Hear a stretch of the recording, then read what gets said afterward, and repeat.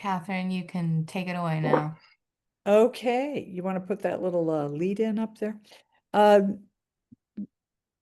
Good afternoon, everyone. The time is now 5:36, and I'm calling to order the South End Landmark District Commission, January 6, 2026, public hearing. Commissioners present are Felicia Jacques, Christopher DeBoard, and I think at this point, just myself. John Freeman also, Commissioner John? John Freeman joined. And John Freeman. Okay, thank you. Today, the Commission will be holding a public hearing to review applications in accordance with the Commonwealth of Massachusetts Executive Order suspending certain provisions of the open meeting law, extending the suspension of these provisions until June 30th, 2027. We are conducting this meeting online. To ensure public access to the deliberations of the South End Landmark District Commission, the public may access this call through telephone and video conferencing. This hearing is being recorded. All further conversations between and among commissioners should be audible to the public in attendance until the hearing has adjourned. Are there any media or elected officials currently present? If so, please raise your hand using the Zoom meeting platform and state your name, title, and affiliation. Do we see anyone from the media? No. Members of the public will have an opportunity to ask questions and provide public comment on applications and discussions. To do so, please raise your hand in the application via the Zoom meeting platform. We will repeat these instructions throughout the hearing. Thank you. So let's go to our agenda, which is we will have design review, then administrative review, and applicants are not required to be here for the administrative review, just a reminder. Then ratification of the December 25 meeting minutes and followed by staff updates.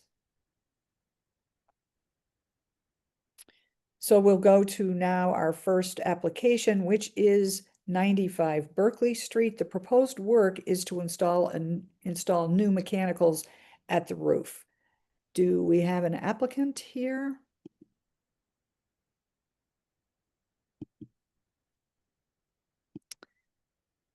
I'm not seeing a hand raised. Anyone? I see those who are on the email chain. Oh, do you, Rachel? Good.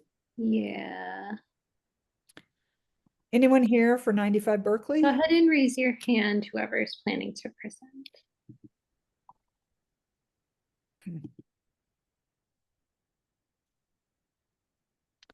Going once. Because I see Matt, who I've been emailing with, and I also see Henry. So Jackie, maybe make Henry Sully and Matt Echo. And go ahead and unmute them. Good afternoon, everyone. Can you hear me? Yes. Yes. Hi, Henry. Hi. Will you be the presenter? Yes, I will present. Thank you very much for allowing us to present tonight. Great. Not sure if the rest of the proponent team is on. I heard Matt is on, so that's good. But I am happy to present. Should I share my screen, or will you guys be sharing it on your end? You can share your screen. Let me make sure you're able to. And then Henry, just please state your name for the record. Will do. Oh, my name is. Oh, okay. You're at CBT. Okay. Yes, my name is Henry Celli. I'm a principal at CBT Architects. We are the design architects for the proponent team on 95 Berkeley. Henry, you should be able to share your screen now.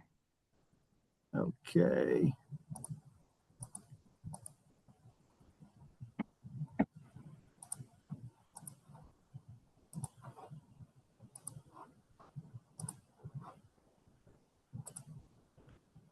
Can everyone see my screen? I see a blank white space.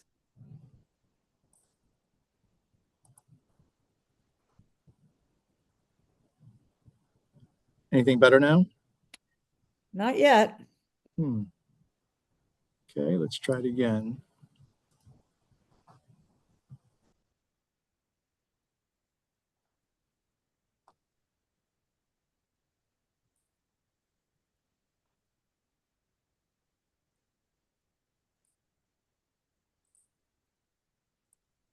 Henry, if you're having trouble, Yeah, we also have the presentation that was sent to us earlier today, so I'm more than happy to show that. that would be great because I am seeing it on my screen, but for whatever reason, it's not sharing.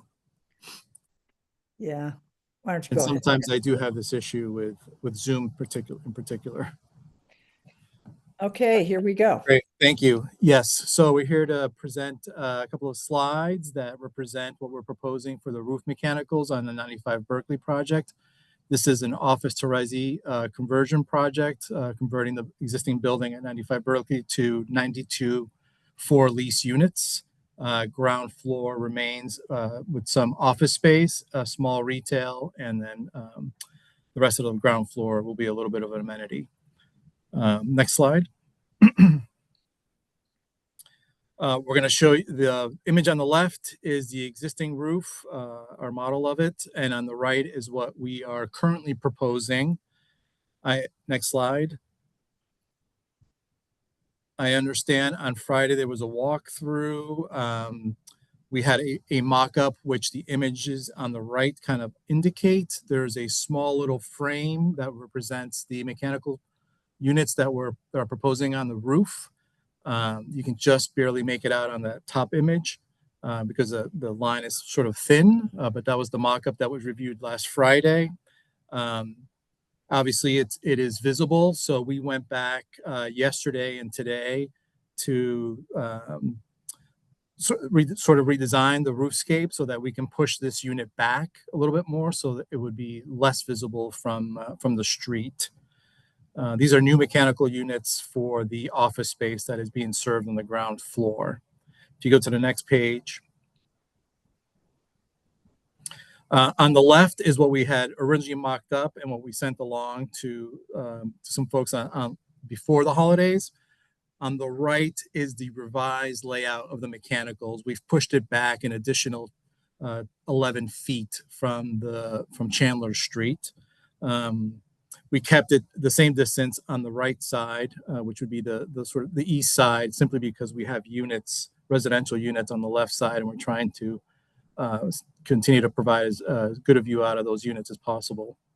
So on the right is the current revised layout, and if you go to the next image, or the next page, sorry, we created a couple of 3D views from our model.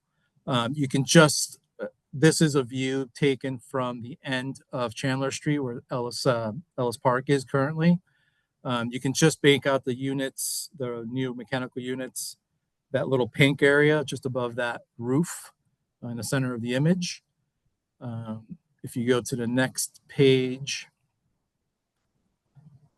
this is a little bit further along Chandler Street towards Berkeley. At this point, you can just barely make out the units that's proposed on that roof.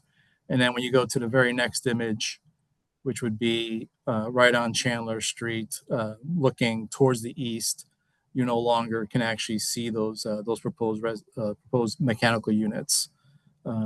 Since the mock-up on Friday, we actually went back and also revised the mechanical units to make them as small as we possibly can and still serve a space, as well as pushing it back, as I mentioned, from what was reviewed on site last Friday.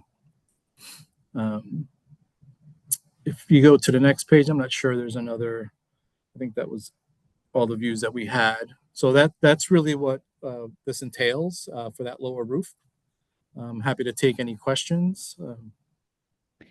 Okay, thank you, Henry. I just want to ask who went to that walkthrough? Jackie and Rachel, were you there? Yep. Yeah. So I met on site with two members of the team. They had mock-ups for all of the mechanicals.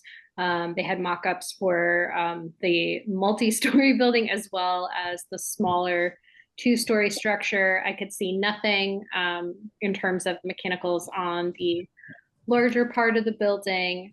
So it's just this small portion that was very visible along the public way. We talked about working to minimize those sight lines, and it sounds like they're working towards that. Great, great. Thank you. Well, let's start with commissioners' questions and comments. John Freeman, would you like to start?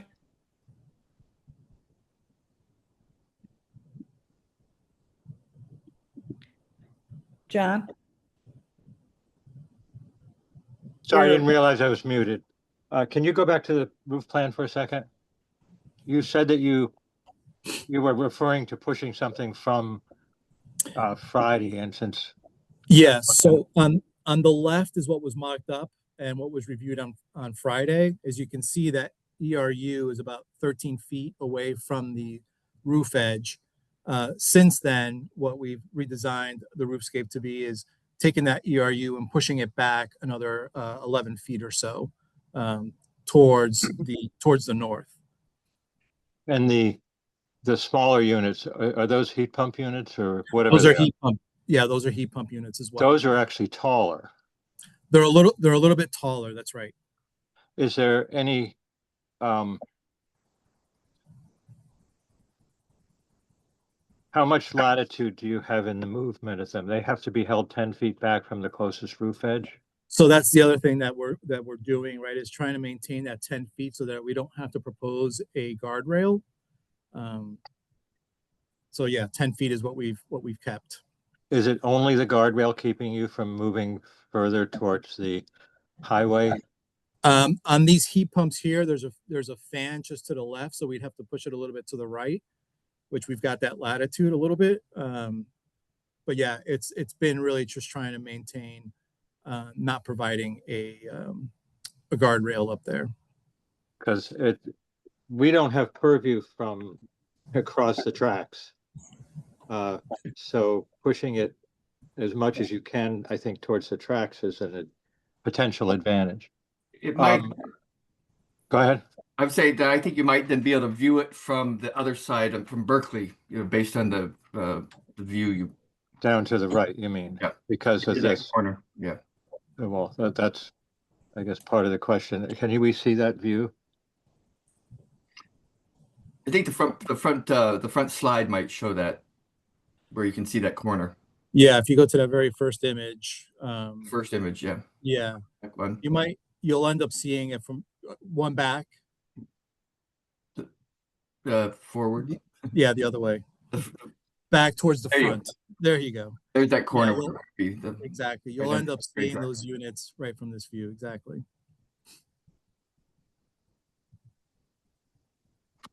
Those are my questions. Did you have any comments, John, while we're with you? I want to hear what the other commissioners say, if that's all right with you. Sure. I'm still catching up a little bit. Yeah. Chris, you had jumped in there. Why don't you continue? I was just going to say, pushing it towards that corner is going to make it more visible from Berkeley, maybe less than from Chandler. But I just saw that blank side of the building right there. I don't think that's a viable option either from a maintenance standpoint, getting there if you had to maintain them. So, what kind of a railing would be there if you had to put up a railing? Yeah, I mean, per OSHA, it has to be, OSHA compliant railing. So it basically has to be 36 inches, inch and a half. We'd probably paint it black, which, not sure what the feeling is on that, because you don't actually see any other railings on the roof here. And I would hesitate to try to put one on there, but we can certainly take a look at that. Our presentation that we got ahead of time didn't have your perspective views. Could you click to one of those from that you were showing that showed it from the opposite corner? The street level perspectives where you mocked up. Yeah, like there. Okay. I see what you're saying, Chris.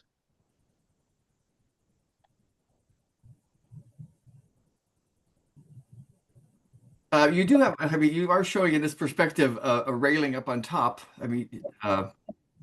That's an existing railing for Right. a roof deck that's currently existing. I mean, you just said you hadn't seen any, but if that was there and you had an additional one on the corner of that building, it might, add something to it. And Yeah, no, I guess my Okay. point was more that we don't see one at the edge of the building. We see this Okay. one a little bit set back. It is set back, I don't know, 8 feet maybe at the east end, and then maybe 10, 12 feet at the north and south. on the roof of that 2-foot on that 2-story extension, I see. Exactly. So, Public but space. here, if Yeah. we had to add a railing, we'd have to add it right at the edge of the roof. It would be noticeable. Is there a parapet there? There is. It's low. It's a low parapet. Okay. So if it was a 1-foot parapet, it would be a 2-foot show of fence. That's right. Okay, but I'm just guessing at that 1 foot. So okay. Yeah, that's about right, I would say. Anything else, Chris? I think that's it. Yeah, that's it. Thank you. Okay, great. Felicia, No questions. any comments? No, I'm pretty familiar with the building and Yeah. it's I think it's sort of necessary to try to do this, and I can appreciate their citing. And if we don't want to see it from Berkeley Street, it seems like they've pushed it as far towards the tracks as possible. Great, thanks. John, you want to go in with any? Yeah, comments? I tend to agree with Felicia. It's not egregious. Mhm. Maybe the thing to do is to do one more mock-up with staff and just try to find that position where your profile is not is hidden as much against the back wall as possible, so it isn't adding new profile. Mm, I don't think you're going to see too much from Berkeley Street. But I think it's very close. I guess I would say just one more sort of on-site with staff probably would do it, and we can approve it or remand it to staff would be my suggestion. Great, great. I think we could have a motion to that effect if you want to do that, John. So I think we can approve this so I make a motion to approve this in concept with adjustments to be made in a final site visit with staff. I'll second that. Great. So we have a motion by John Freeman, seconded by Chris DeBoard. Staff would like to interject and Oh, also sorry. ask if the commissioners would consider having a final roof plan shared with staff after the mock-up. Yeah, thanks for Absolutely. that, Rachel. Yes. Yeah. Amendment accepted. Great. So we will now take public comment. Does anyone members of the public will now have an opportunity to ask questions and provide public comment on the application and discussions. To do so, please raise your hand via the Zoom meeting platform. If you are calling in and cannot use the platform, you can press *9 to raise your hand, or you can send your questions to staff via email at southendldc@boston.gov. Do we see any raised hands? Anyone wishing to make comment? I don't see any. Anyone? If not, we'll go to a vote. This is Rachel. I do not see any raised hands, and we did not receive any emails in regards to this project. Thank you, Rachel. I'm sorry, I didn't mean to overlook the chance that we might have had written comment. Thank you. So, pardon me, we'll now vote. Mr. Freeman? Aye. Felicia? Aye. Chris? Aye. Chair votes with a motion, so the motion is passed. Thank you. Thank you, Henry, for your presentation. Thank you very much. Have a good night, everyone. Thank you. Now we'll move to the next application, which is for 49 Worcester Street, and the proposed work is to remove and replace the front yard fence. And do we have an applicant representative here? Yes, I'm Bridget Williams of Hickox Williams Architects, and also here is Charles Hickox of Hickox Williams Architects. Excellent. Bridget, I'm looking for you. I don't. Well, my video is disabled. It should say Hickox Williams Architects, but my video is disabled. It does. She's up at the top. I'm here. I don't know if I should try to turn on my video, but Oh, I see your logo there. Yeah, thanks. okay. And Charles Hickox is there. I think he's labeled. Yes, yes, thank you. Are Great. you going to present then, Bridget? Yes, I am. And if you could bring up the presentation. This is a front garden enclosure fence on Worcester Street. And we are proposing a new railing that is more historically correct than what's there now. We have had a lot of exchange with Jacqueline and Rachel about this, and they had an historical photograph of the building that we were actually not able to replicate in the cast iron that's available today. So what we are proposing is something that matches the adjacent gardens, which is often the case in the South End, that a row of very similar buildings have the same railing in their front gardens. So if we look at the next slide, you can see the adjacent railing, and we are proposing, we were able to find the exact same post and finials for the railings, and we are proposing to install these as a way of creating the continuity that was so often intended. I'm very grateful to Rachel and Jacqueline for finding the historic photograph, but there was no way we could replicate that without having an artist interpret the photograph and make a casting, and all of it seemed kind of unrealistic, considering that the this one, which matches the other 19th century railings, is available. Mm-hmm. And you can see that it's a fairly elaborate post. The balusters themselves alternate between square and twisted. So it's a very interesting design. And if we go back to the first slide, you can see the layout of posts, which matches the adjacent garden and incorporates a gate. So you can see there's a post at each corner, one in the middle of the front. On the left, there is one just before the gate, and on the right, the other post is all the way at the stoop of the adjacent house. And that is the typical layout for these railings on Worcester Street, on that side of Worcester Street. It will be painted black.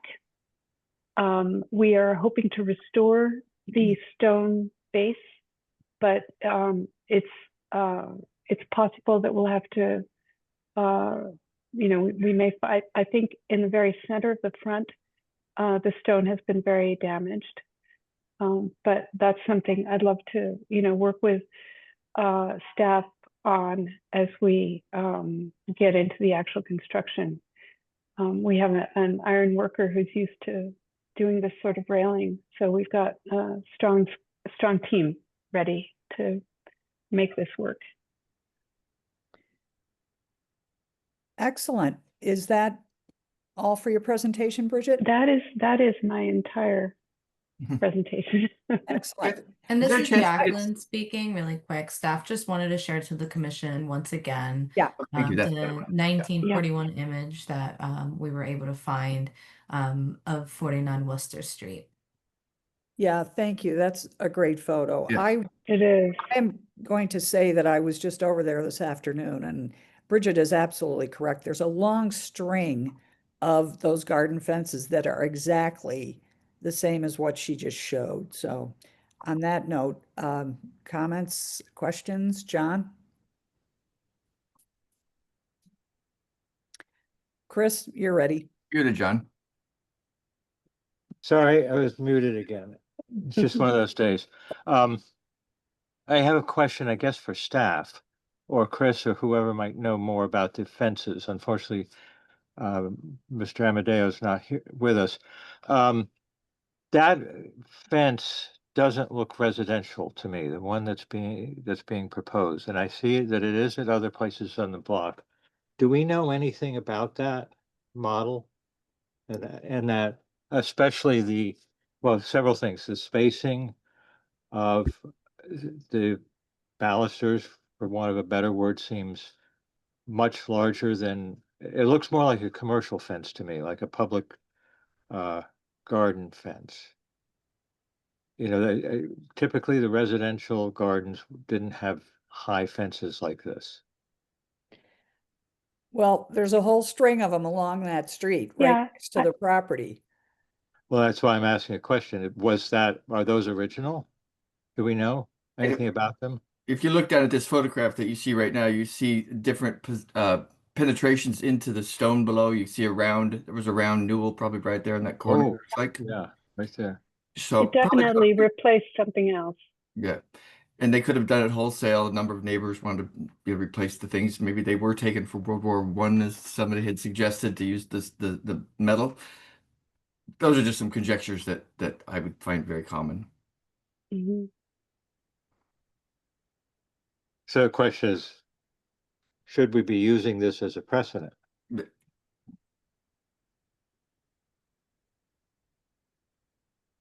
Well, it is the precedent that's there now.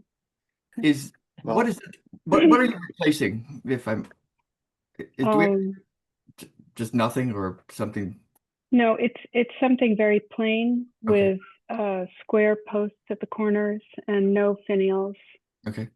And I have a photo of that I can send to Rachel if you want to see it. You can also see, I think, yeah, if we can share, we can show our photographs, but if that's useful.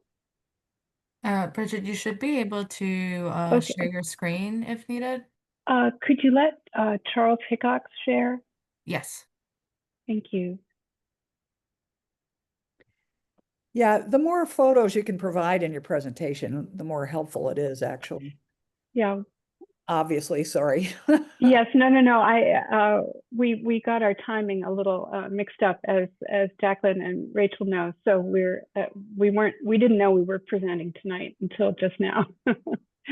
So we do have many more photographs, but we got. Okay, well, great. There you go. That's what we're replacing. Yeah. Does that look residential, John? Well, that's clearly not part of the area of the district.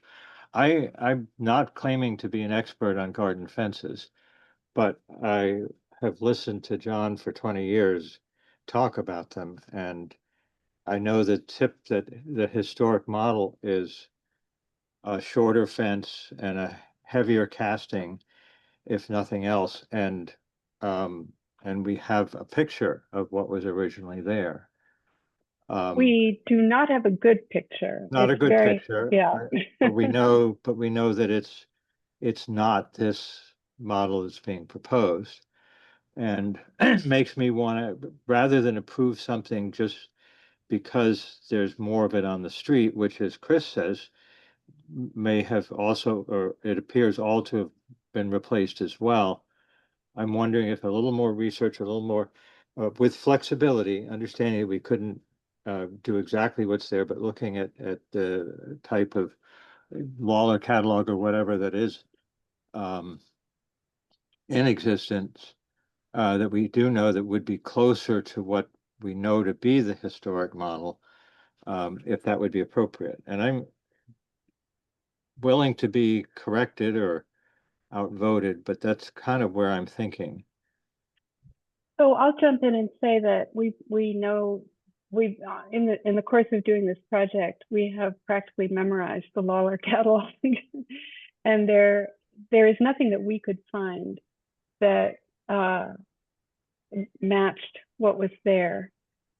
And I'm sure not matched, but there are fences that we've had proposed before made out of components that are shorter, you know, more in that historic proportion, at least.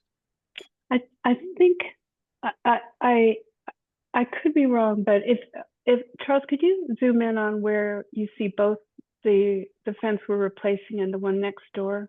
Yeah. And if anything, the one next door is a bit shorter.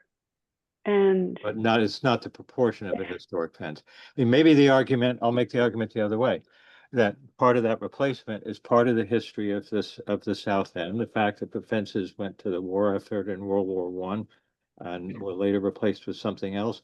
Maybe that's appropriate to the district. Our regulations prefer elements that are of the era of the Victorian period. But you know, I'm open to hearing other arguments, but just saying that something else is on the street that isn't a strong enough argument to me, because there's, you know, the South End is full of replacement stuff that wasn't right. You know, there's vinyl windows down the street. That doesn't mean we're going to allow vinyl windows. Well, but John, there's a difference between crap that's been put up and something that looks, you know, consistent and continuous along the street that looks substantive and has detail and is lovely. It's not like they're slapping up something, you know. I don't think it's fair to compare that to crappy vinyl windows. Well, let's hear. I'm not. So I'm gonna jump in here. I agree that there are some streets, some parks that do have shorter fences, and they might even have very broad top rails. I mean, to 6 or 7 inches. You've seen them; they almost look like cast concrete. And again, in my opinion, I think that is I think the lower is not necessarily consistent with everywhere. I think if you go to some of the other streets, they were higher fences, like 30 inches, not necessarily the 2-foot shorties. Like I know in Concord Square, they have some shorter fences, as I just explained. You can also get some good examples by the other holes that are in the granite curb along there, and you might be able to find something on another street that reflects kind of how those holes are put into the granite curb. So one question that is also for staff, the gate that would open into the garden area, were those, I'd like to know if those were actually, I see a lot of them, but I don't know if they were added afterwards, and I see a lot of them that don't have a gate. So that's another question I think we should consider.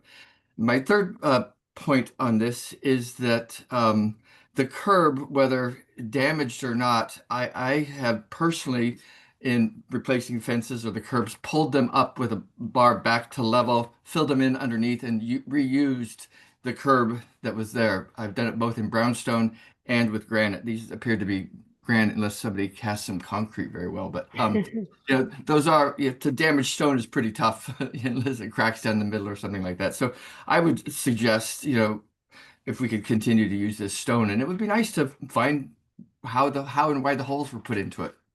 Mm-hmm. Yeah, and I certainly agree with you about reusing stone, you know, unless it's in powder. Yes. So I think that's comments. Like you know, some materials you keep, some you can't. The stone like this, we can always level it and bring it back to life a little bit. And you know, at least it will give some idea of what was there originally if we can't replace it, obviously, exactly. Mm-hmm. Yeah, I would also say that one of the things in a historic setting like this that we're dealing with is a change of taste, and the fact that there is a whole line of these railings similar to what we're proposing suggests to me a change in taste, and that in itself might be interesting as part of what's being preserved. And I appreciate that perspective too, because I walk down the street all the time and I have noticed those. And I'm you know, shoes for the cobbler's kids. I need to have my fence replaced too on Columbus Ave, and I have no idea what the precedence is for that. But I've walked down the street so many times and seen those those posts, and to me, I didn't think they weren't original. So now to hear it a little bit more in context, I agree with Catherine that always make it better. You know, we're never going to replace with something worse. We're all going to always do better.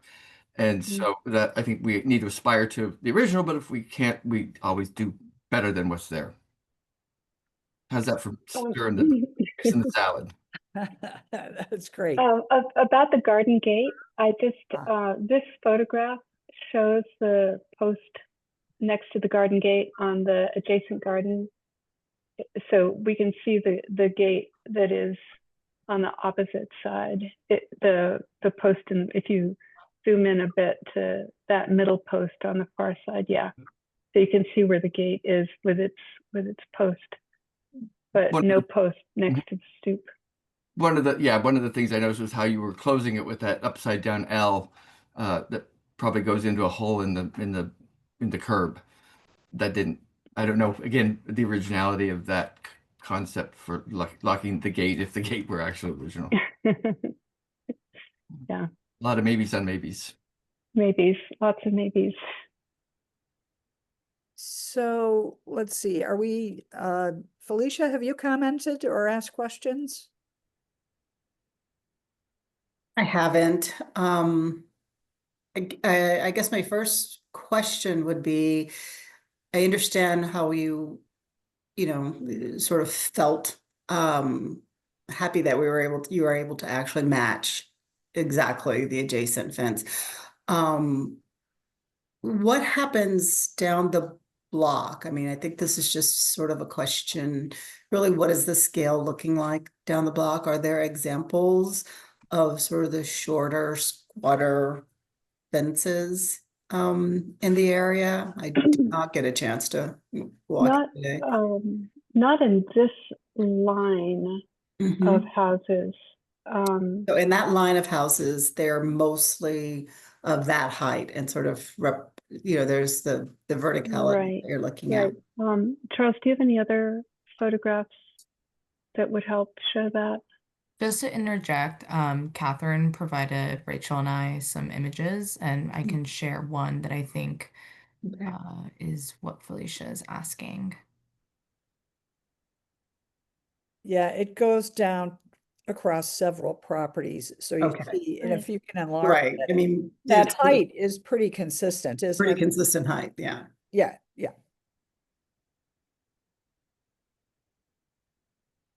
Okay. And it is, I think, notable that this is directly across from the school. Yeah. So the context is really along this side of the street. Okay. Yes. That's there is nothing. There's nothing like that across the way. Across the street. Okay. Yeah. Right. And I'm looking at a photograph. I think that there was a question about the spacing of the balusters. They look like they're about 4.5 inches apart.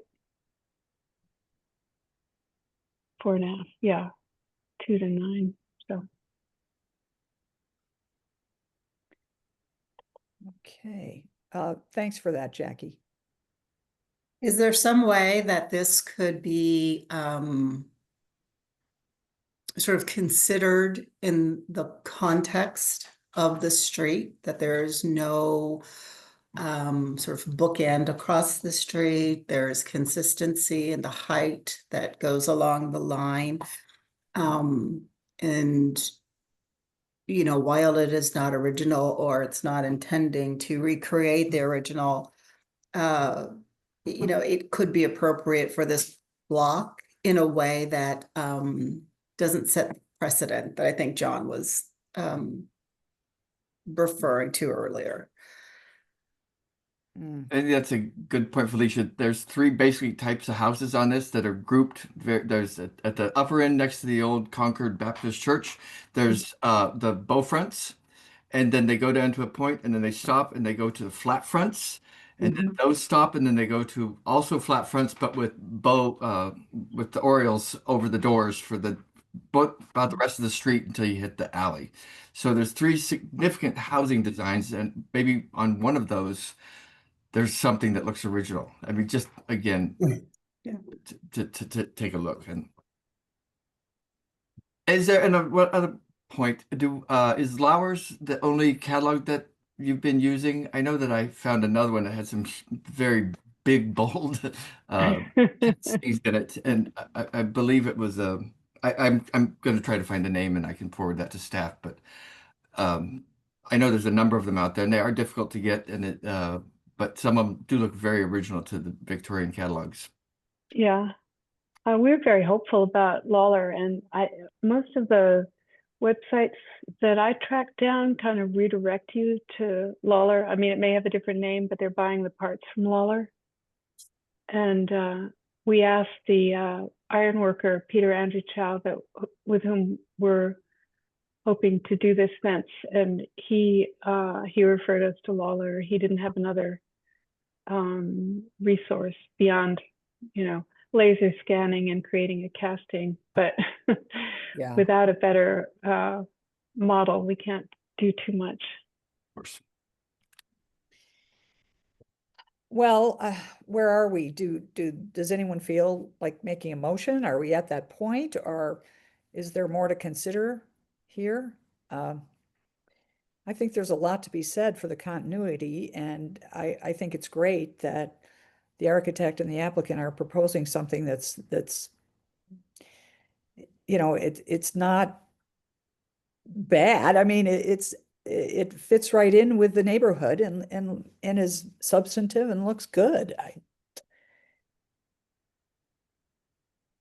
Will a shorter, more representative of the historic fence, if that ultimately is put in there, sort of what will that do to the line? Exactly, Felicia. I think it just shows what's that doing there? I mean, yeah, now that could be precedent setting, that in the future, if there's ever a fence that's replaced, it must refer to that. But I'm just wondering if there's such consistency in the fence line right now.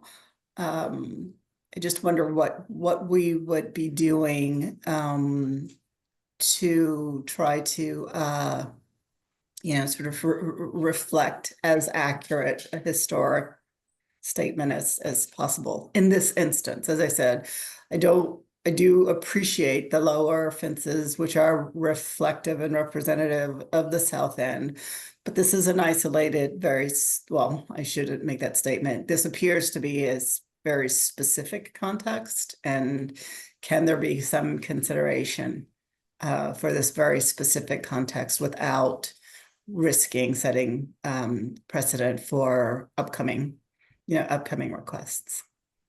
well, I would say yes. And going back to what Chris said, you go around the neighborhood, there's all sorts of different height, and sometimes there's nothing. So I don't know. I think staff might disagree, but Could I just add one more thought, which is that we don't have any firm knowledge that the fence that the one that's there now replaced is the one in the photograph that was there at one point. But for all we know, this had this pattern on it for some period of time. And that was replaced. So just to make things a little more confusing. Oh, that's a really good point, because yes, I mean, they obviously put in something that is not attractive or ornate, or that didn't match what else was there on the What if they say that about us 40 years from now? And they will. Well, this is my suggestion. I'm a contractor. It's winter. I don't want to be outside unloosening granite curbs from frozen earth right now. Do you think that we could do some more historical research on this, or maybe see what else we can come up with for the next month before we approve this? Well, I think the architect has done extensive research. I don't know what more would be found. Gosh, I just think it's a worthy application. It looks good, and I would support it, but Any staff I- comments on that? I don't know if that was, I mean, I agree with you. I want something in there pretty, and this is a pretty, it would be nice. Maybe we have the time because it is winter to spend a little bit more time getting it a little bit more specific. Well, I think, I feel like we would really need explicit guidance Okay. because that photograph is not explicit guidance. We don't know that this fence didn't look like this at one point. And we are,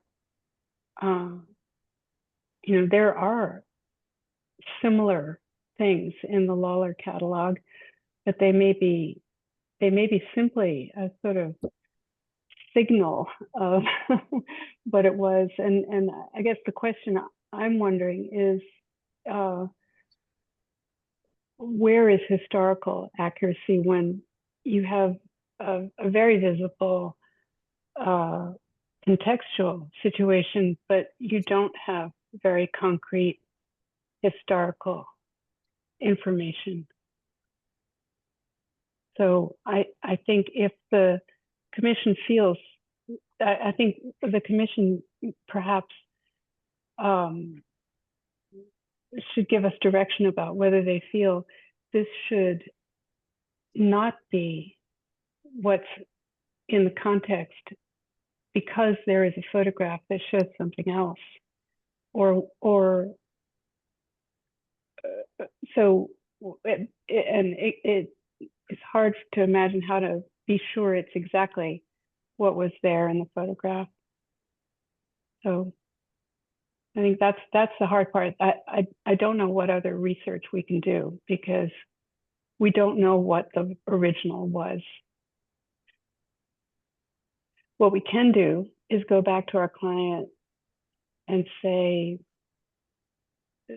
this is it has to be something that is similar to what we think was there. gosh, But I'm kind of Would it be- confused about how to do that. well, I'm such a proponent of contextual design, and this is,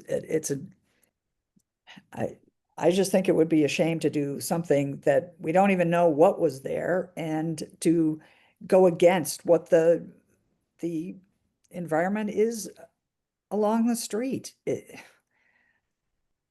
These are elegant looking fences and They are. perfectly fine.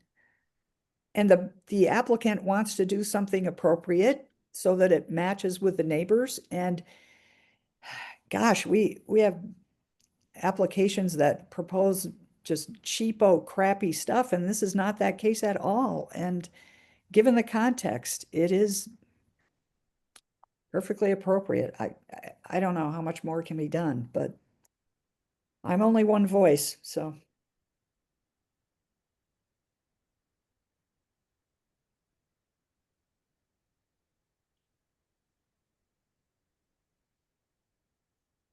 If anyone would like to make a motion,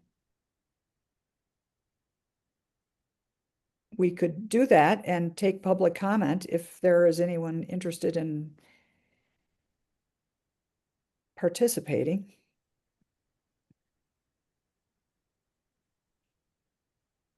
Richard, what is the order time on, when do you expect to do this work? In the spring. And what's the lead time? I don't know the lead time. Okay. Charles, do you know the lead time? Is that something that you ran into?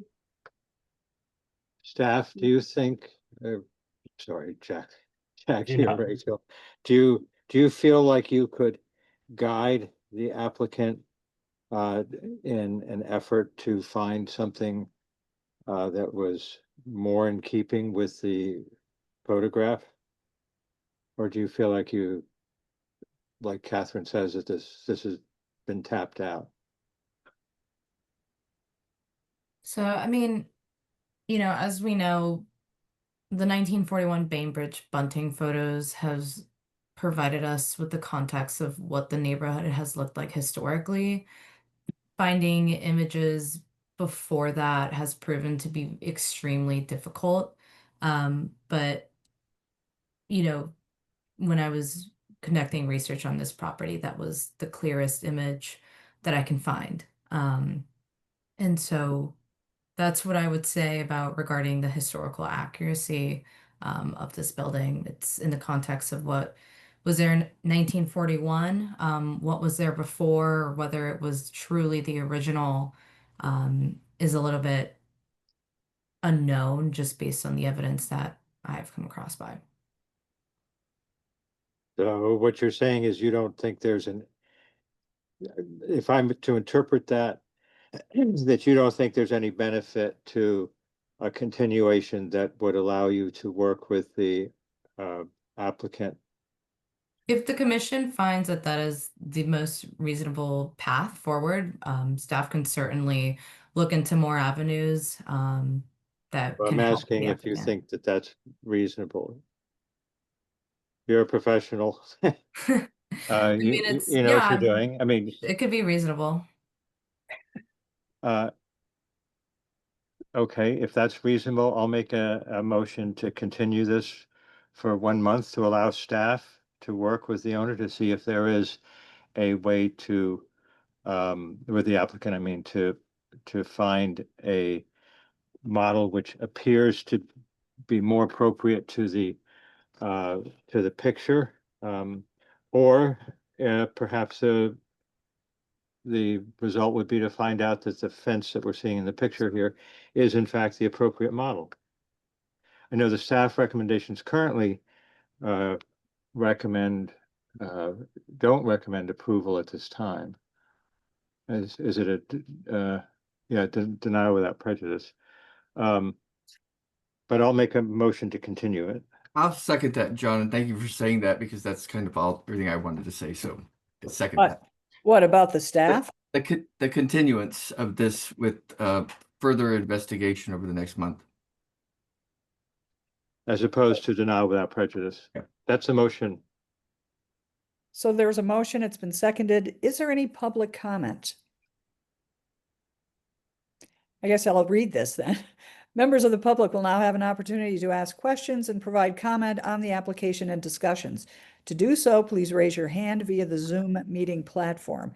If you are calling in and cannot use the platform, you can press *9 to raise your hand, or you can send your questions to staff via email at southendldc@boston.gov.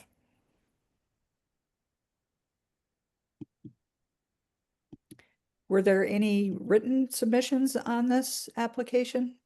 Rachel, Sarah, anybody? There were not, and I'm not seeing any raised hands. No, I'm not either. So we'll take a vote. John? Yes. Felicia? Yay. Hey. Aye. Felicia? Chris? Aye. And the chair is going to vote nay. Which means I'm in the minority, so the motion passes.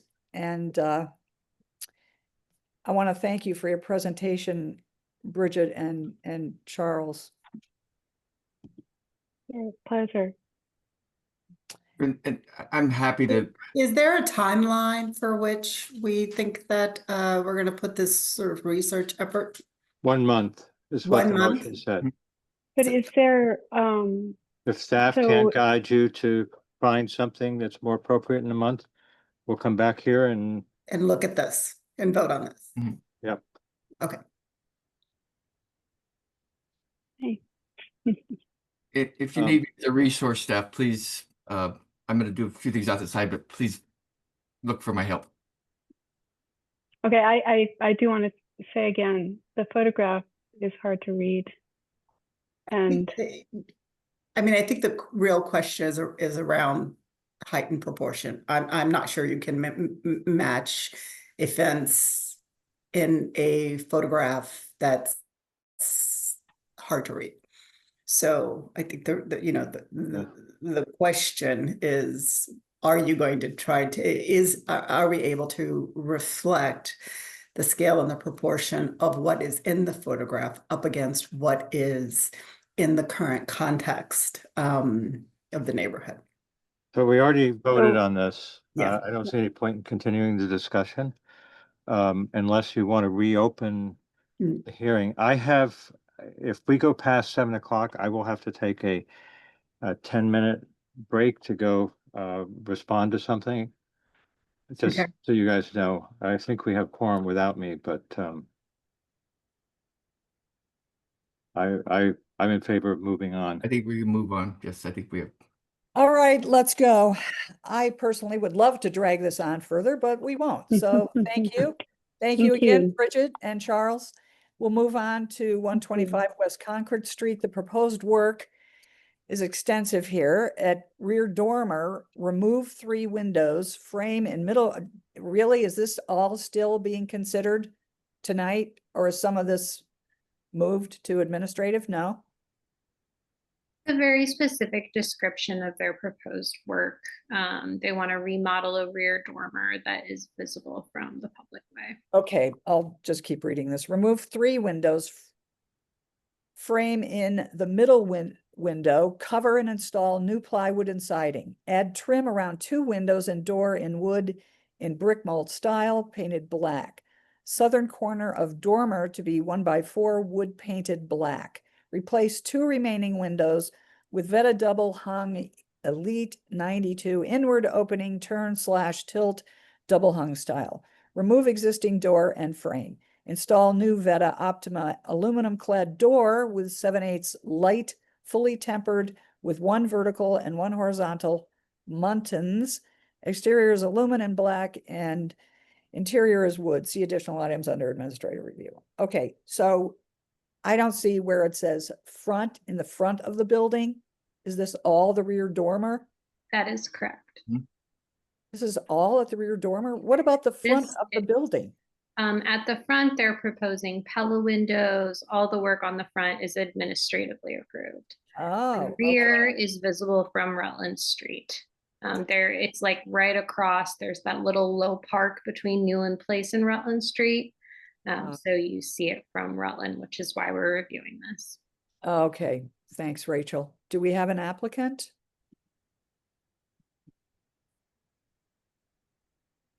Okay. Oh, pretty. Rachel? Jackie, Mark, I think, Mark Roberts, you should be able to make him a co-host. Mark, I've just unmuted you. Oh, good. Okay.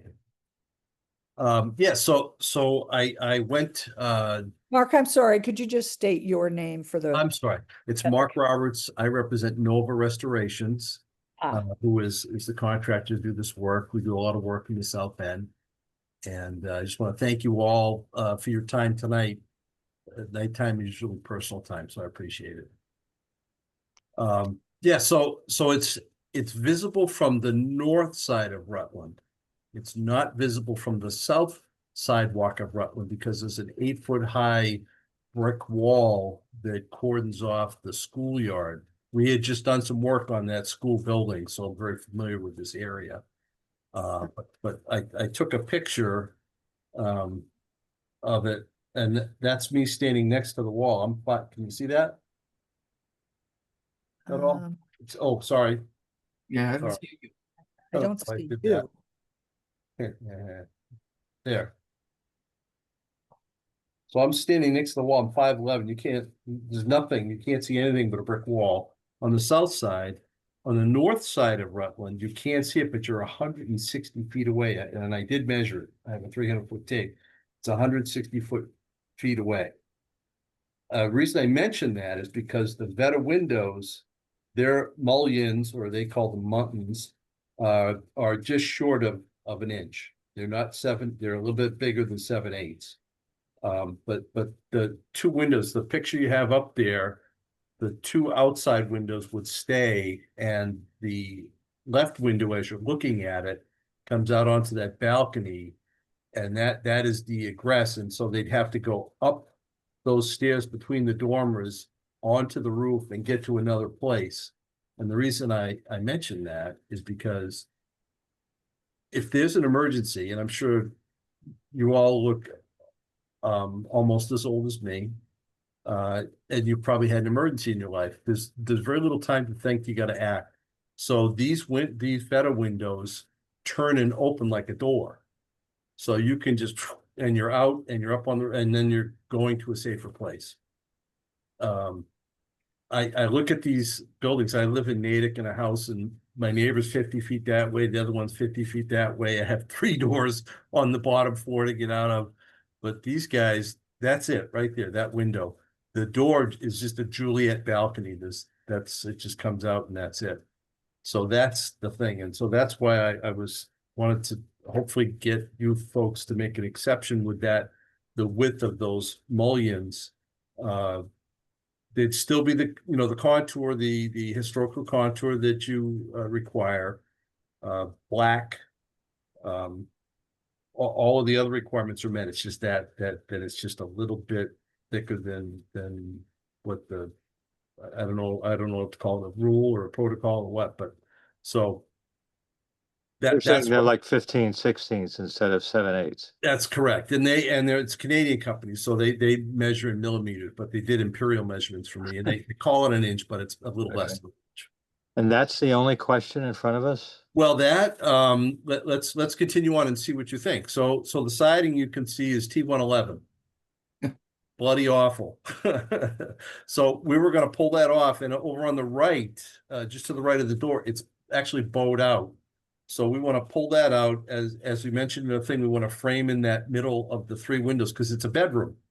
So it's quite bright with the 3 windows and the door. And yes, there are shades, but it's also cold.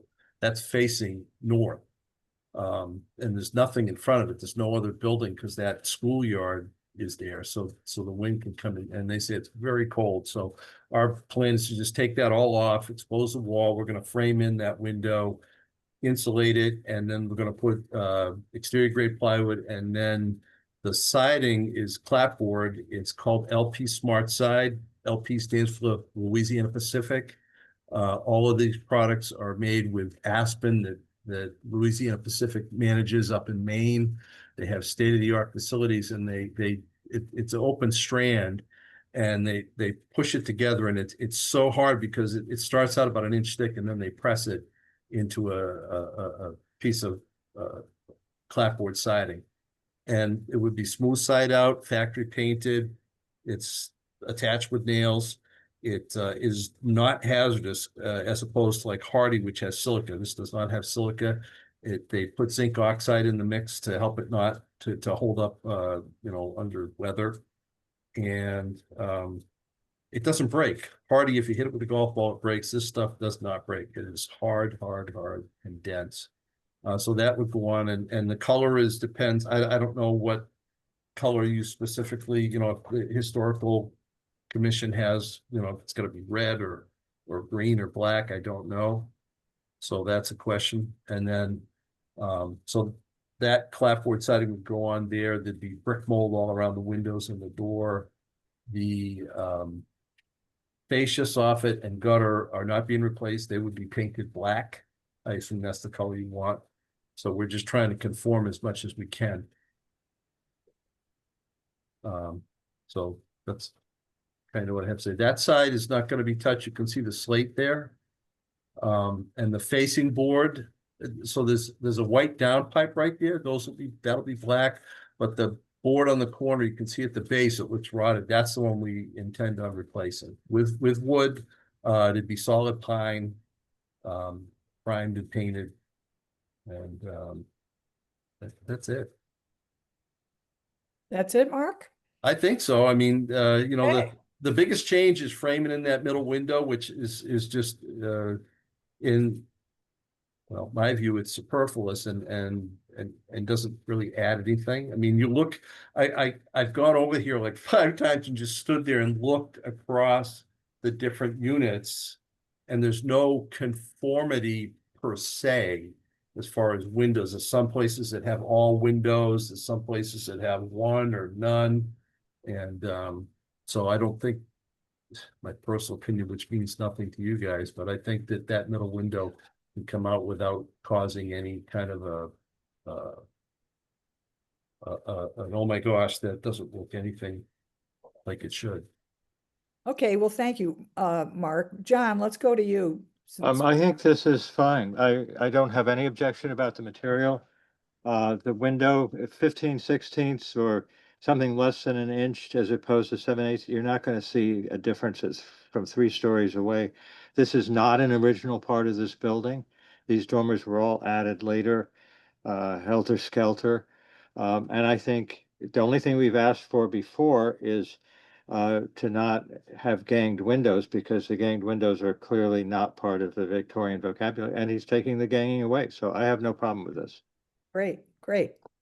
Uh, Um, Chris, okay. okay, I'll jump in.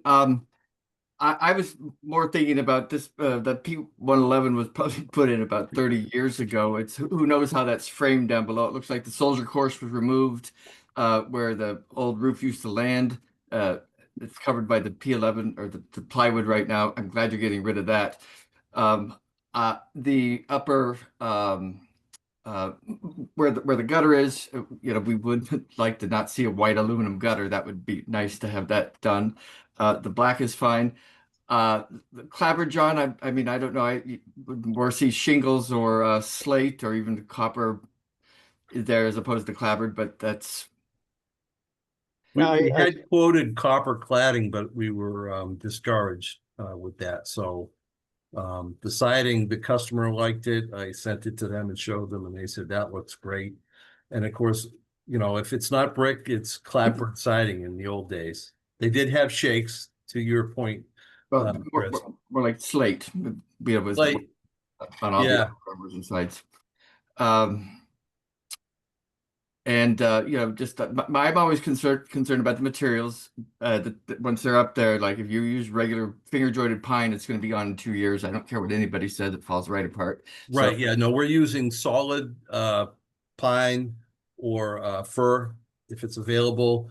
The siding is when they do trade shows, they put siding in a bucket of water to leave it there the whole show, and it does not swell. It doesn't.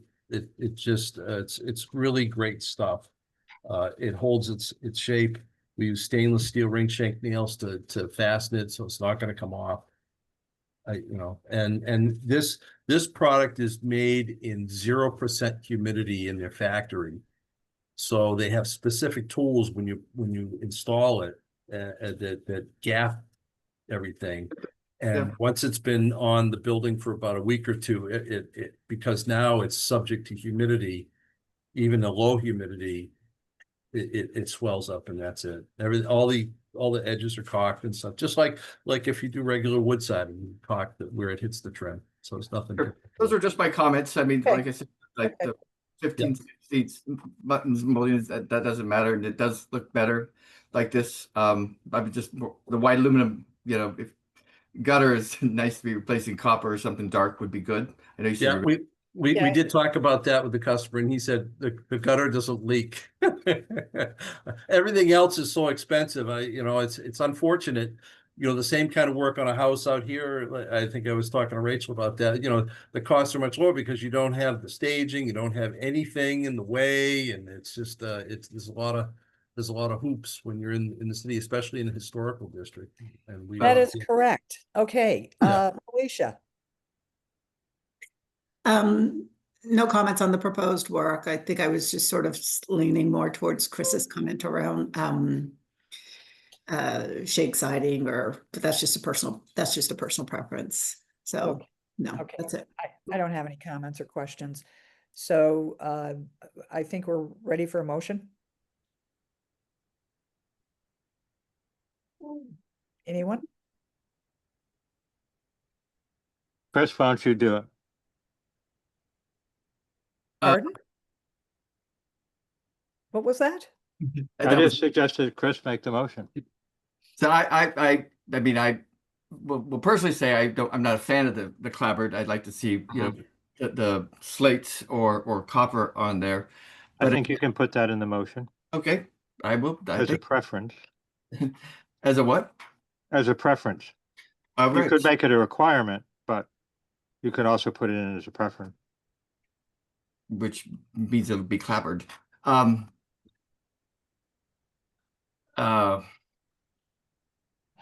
I move that we accept this proposal with the Vetta windows for the escape, for the fire escape requirement, and the other openings as appropriate, and that the preference for the back would be to have a slate or a standing seam copper, but we will accept the clapboard.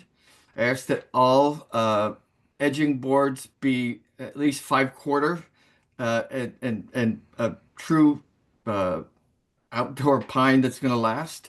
And I would request that the upper portion behind the gutter be also painted dark, and a preference to have the aluminum gutter replaced in a darker color or copper. Yeah, I was gonna propose they replace it. So, wait, black Hey, we're color. making the motion. Hang on a That's a second. motion. We need a So I'd second. like to add one thing to that motion, that the cut sheets for the Vetta windows be submitted to staff. I accept that. Then I second the motion. Okay, we have a motion. It's been seconded. Now we'll move to public comment.